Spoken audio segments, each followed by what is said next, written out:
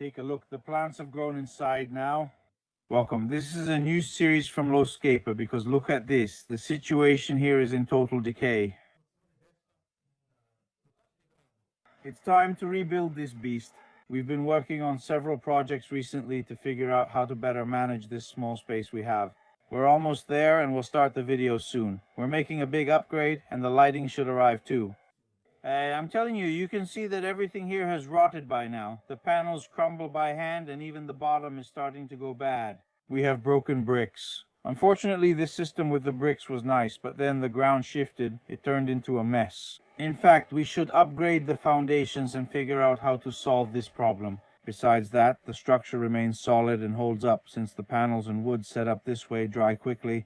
There are a few unexpected bends, but it's not in bad shape. Only the usual spot bend. Everything bends. It's a disaster. We'll begin this video series by disassembling the skate park to identify its main problems. And do it much better, much better.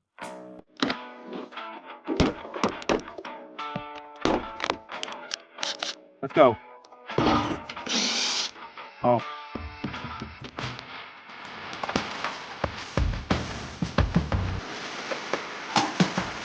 It's incredible how rotten everything is. I mean, it's not just the surface layer, but even underneath everything is gone. So many screws come out just by hand. Unbelievable. Now this one broke on another one.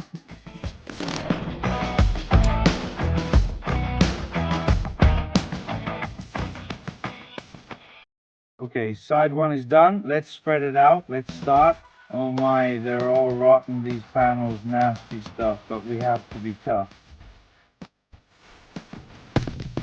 The labor has arrived too. Alright, let's put these curved ones first like this, then we'll throw the flat ones on top. I don't think they're salvageable.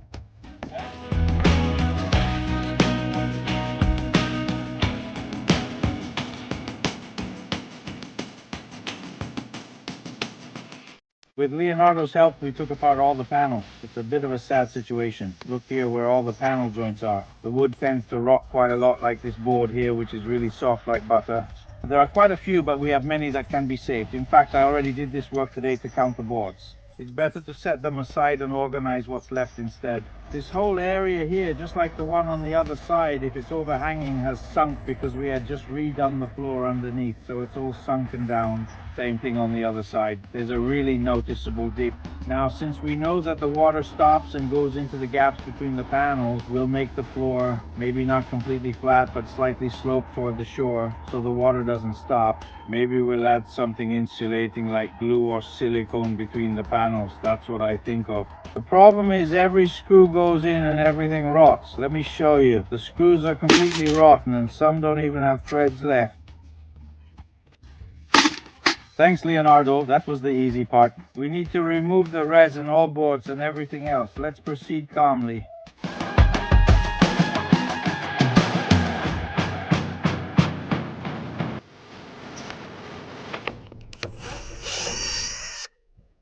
Okay, all right. Let's see what happens now. That panel didn't want to come off. All right, bye. No, oh. Not a disaster on the engine, but what's with the skate park rebellion? No, damn it. Luckily it's recoverable. I mean, at least I think it still works. Damn panel. The day before yesterday there was a big hit. We kept going in the rain until dark and made good progress. I took apart the whole section up to where the skate park reached. I made a cover for the motors and now we're diving into the last part. Second to last spine, second quarter on the other side, then only the resi with the box remains. I need a hand.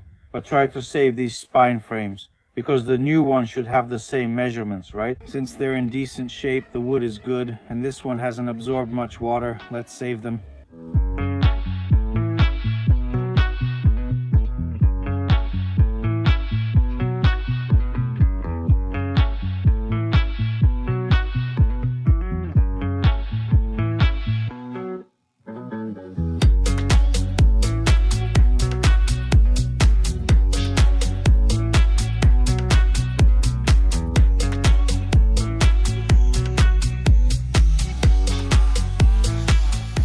Here we are after just a few days. Barakato Skatepark. We have a really rough patch of dirt. We should fix this too before we start. I have a bunch of bricks I don't know what to do with. Maybe someone can recycle them, but that's about it. And here we are, guys. Welcome back to my new office. We're at home and I've already opened the program with the first project.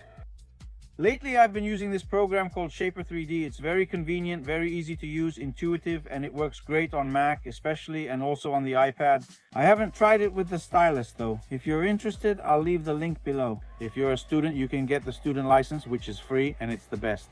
Anyway, we have this first version open here, which is the classic Mini with a plug.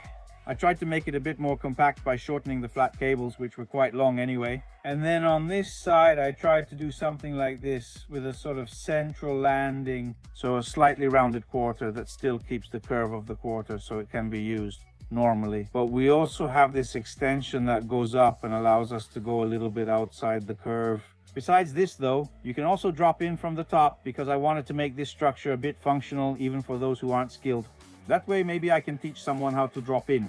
So we have our floor with the entry connection so that fluids can get in. In the middle, instead of the classic pin, I shortened the central platform a bit and then I did this. There's a hollow here now, which could be a chill area since the box we used to go under is gone. I can leave my backpack and things there when I go skate. On this side, I tried to keep everything as compact as possible. I angled the back legs diagonally, leaving the ground clear so I can mow the grass with the lawn tractor. And then I left this area down here where I can put the engine so they stay off the ground and protected from the rain.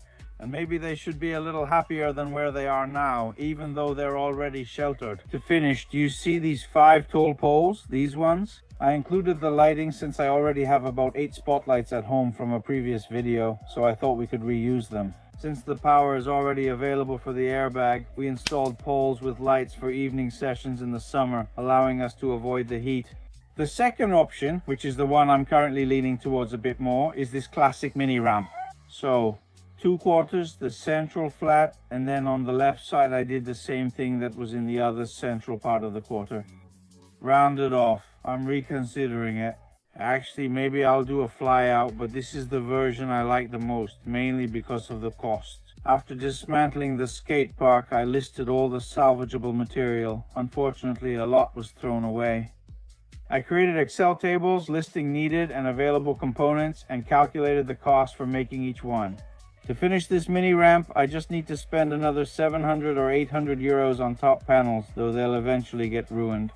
Whereas for the other one, since I don't know how much longer I'll be using this structure, I'm sorry to put extra material there just to rot under the water. So, in these days before I start the work, I'll think about this factor and try to figure out what would be best for me to do. Or, if I come up with another idea, I'll design something even different from what I was already doing, though I don't know if I can actually make it. Alright, I'll show you what this third option was. So, it's like the classic mini ramp I showed you, but 1.8 meters high instead of 2 meters. And then there's this perpendicular line that goes down, so to the floor below. And it would basically become a sort of very interesting step up. Now I've lost the box, but in this case I could have a sort of step up that's useful for trying tricks. Try some transfers. Jump down from here, do the court, then dad, go back up, and then head back over there. Basically it starts to become something more complex, but structurally not too much, more rideable, more versatile. We also have the jump feature, but it's a bit isolated because if you can't do the 3-meter court here, you can't even use the step up. Let's say I'm looking for something that can also be used by people who aren't able to do it right now. Because, you know, my nephews might grow up and want to try it, or someone else might want to try and learn for this reason too. That wasn't the original idea when I built the first one, because that one was just for me to train and nothing else. Here it is. This is the X6 file I was talking about, which is very complex. Here on the right, I have the amount of material I took apart from the existing skate park and the difference with what I need. And then the total of what I should go and buy with our amount here, 3,500 euros that I should put in. And honestly, of course, I'm not that positive, but let me know down here in the comments, in your opinion, what should I do with this skate park to renovate it, make it a bit more versatile, more usable. If maybe some interesting idea comes up, in the next video we'll start building something suggested by you, who knows. And so we'll end this video here. I hope I gave you some interesting ideas, maybe some design tips with these little programs I use, or the Mojo meter, which is really interesting. And I'll see you in the next episode where we'll start building. Definitely. And the first thing to do is to plant stakes quickly. Bye. See you in the next one. Bye, bye, bye, bye.